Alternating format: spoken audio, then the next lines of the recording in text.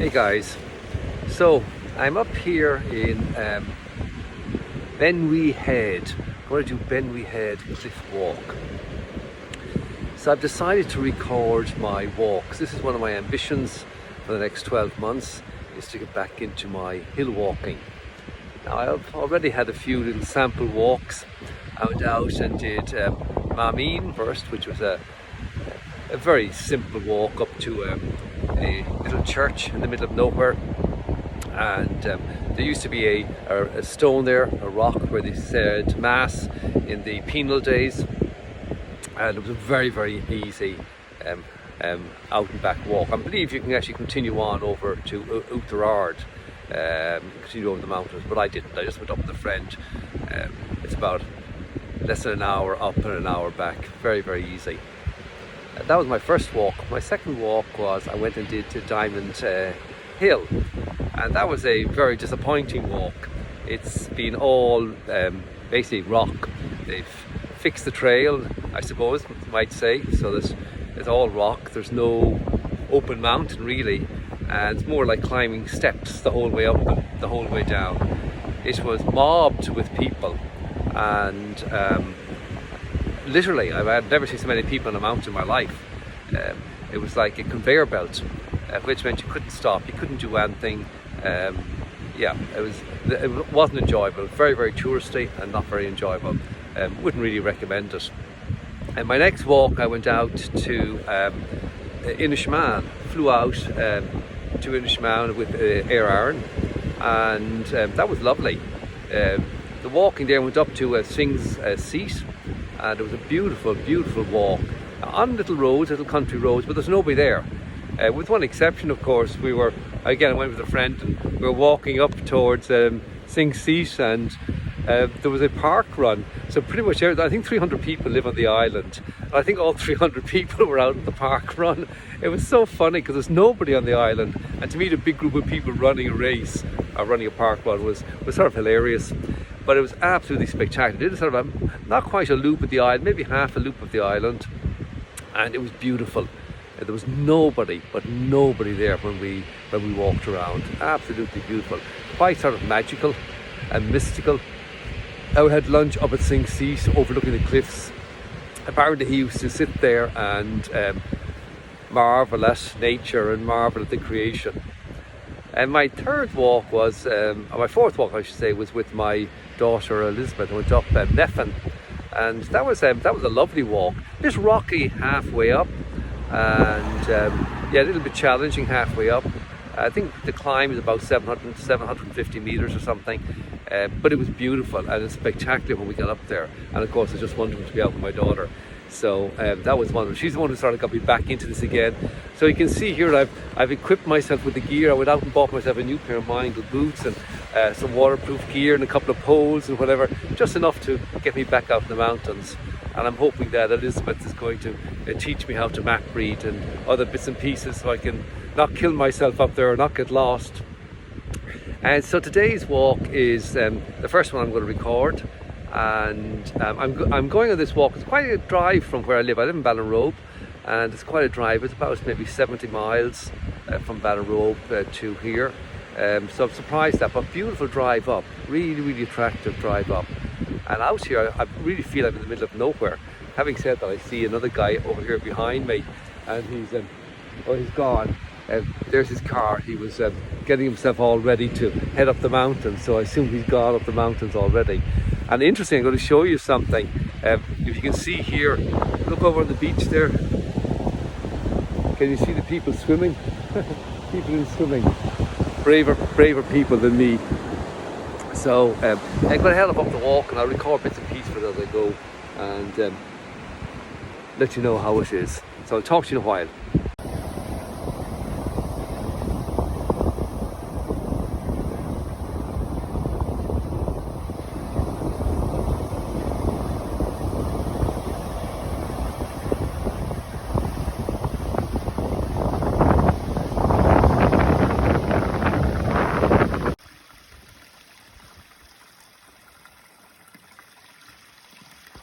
So there's the beach and the pier, and that I've walked up. It's a beautiful little walk. So I've just started, and it's all grassy, lovely and soft and grassy. Your granny could walk this walk, and you can see the views are absolutely spectacular, and we haven't even started. I can't wait to see what it's going to be like. Can you see there the white stones, and behind them the other stones? Well, that's the air and the number, so that when in the Second World War, from that lookout post that you see off over there, and they used to look out for any sign of trouble in the Second World War, and these signs, these air and these number signs, were to advise airplanes flying over Ireland that were flying over a neutral country. So this was the lookout post, as we saw earlier, and I assume that it was glazed back in the day,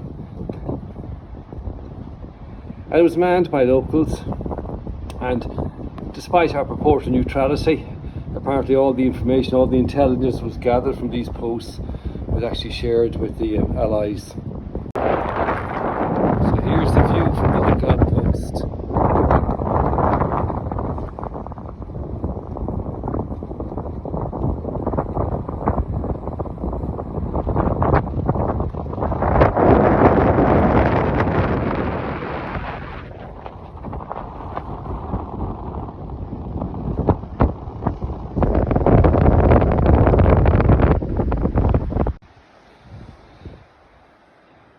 It's a long way down. Absolutely beautiful. Oh, this is some view. Look at this.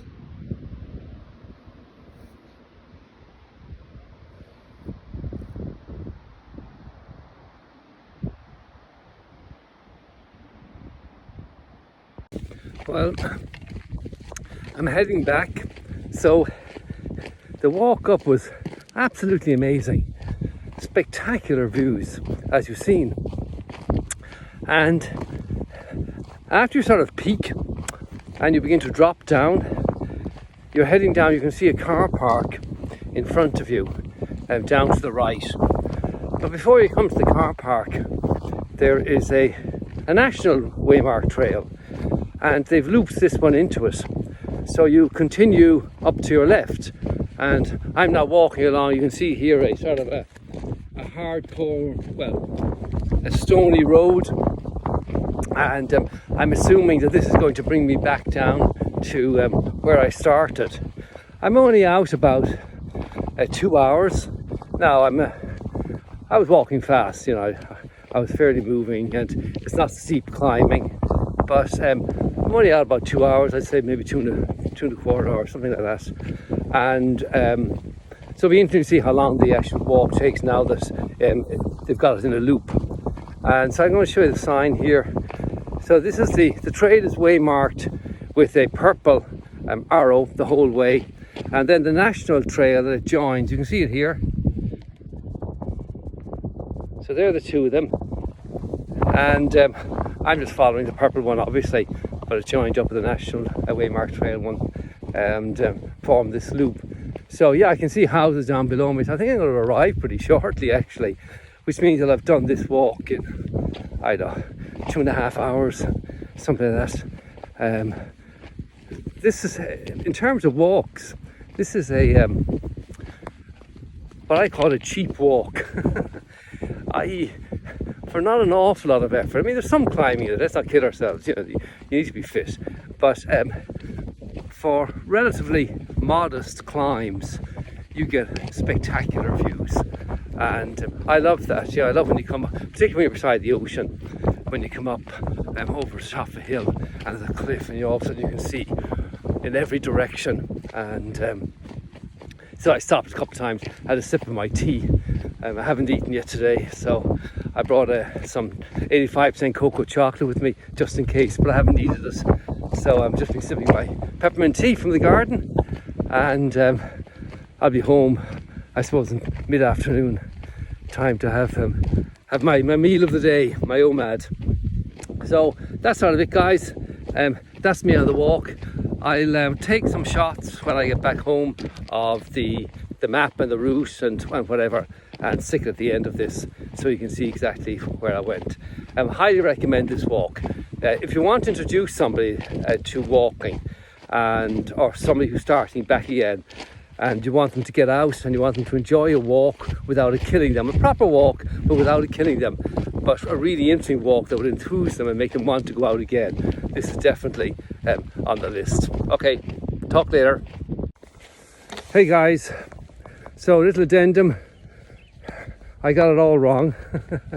So when I thought I was at the end there, when I got to that hardcore rocky road that was only servicing the boglands there, I thought I was on the way home, but in fact I'm an hour still walking. And when I got to that road, you walk along that for quite a distance actually, and eventually it brings you to an ordinary paved road, and that paved road eventually takes you to a left-hand turn off it to another gravel road, just a rock road for the bogs, for farmers going up there getting turf. And that's a long road, and you come to the end of it and takes you back onto open bog again, just open mountain, and it's boggy and it's lumpy, lots of these ups and downs all the time, and then eventually brings you back onto a gravel road again, and now it's brought me onto a little boreen. I'm heading down. I've been walking for over an hour since I did the last little clip when I thought I was finished, so this will make it, I think by the time I get down, it'll make it into a fairly decent walk. It'll probably be a three and a half hour, maybe even more of a walk. So my advice, I think, would be that if you're doing this walk, don't come back this way. There are no views, there's nothing we're seeing. It's just hard work. And when you get to the peak, when you on your way out, you get to the highest point, and you can see the path descending to your left, and you can see a car park off in the distance. And what I would do at that point is I would turn around and retrace my steps and have the beautiful ocean views but coming from the other direction, because there's nothing to see this way. So almost back of the car. I think I can see the beach, or I see a beach. I don't think it's the same beach, that's my concern. It looks an awful lot bigger than the beach I saw the first time. But anyway, I'm almost there, I'd say, another mile or two. Well guys, I'm back in the car. The good news is that was my beach. It only looked different because the tide had gone out, so it looked bigger. So yeah, back in the car, gonna head home now. A really nice walk for the first half, and a really not so nice walk for the second half. So yeah, just to reiterate, I think you do the walk out is about 2 hours, and then turn around and do the walk back. Don't go down the descent to the car park, just turn around and retrace your steps. I think that would be the best walk. Yeah, so that's sort of it. A great day out, and hit the road now, go home and have my dinner.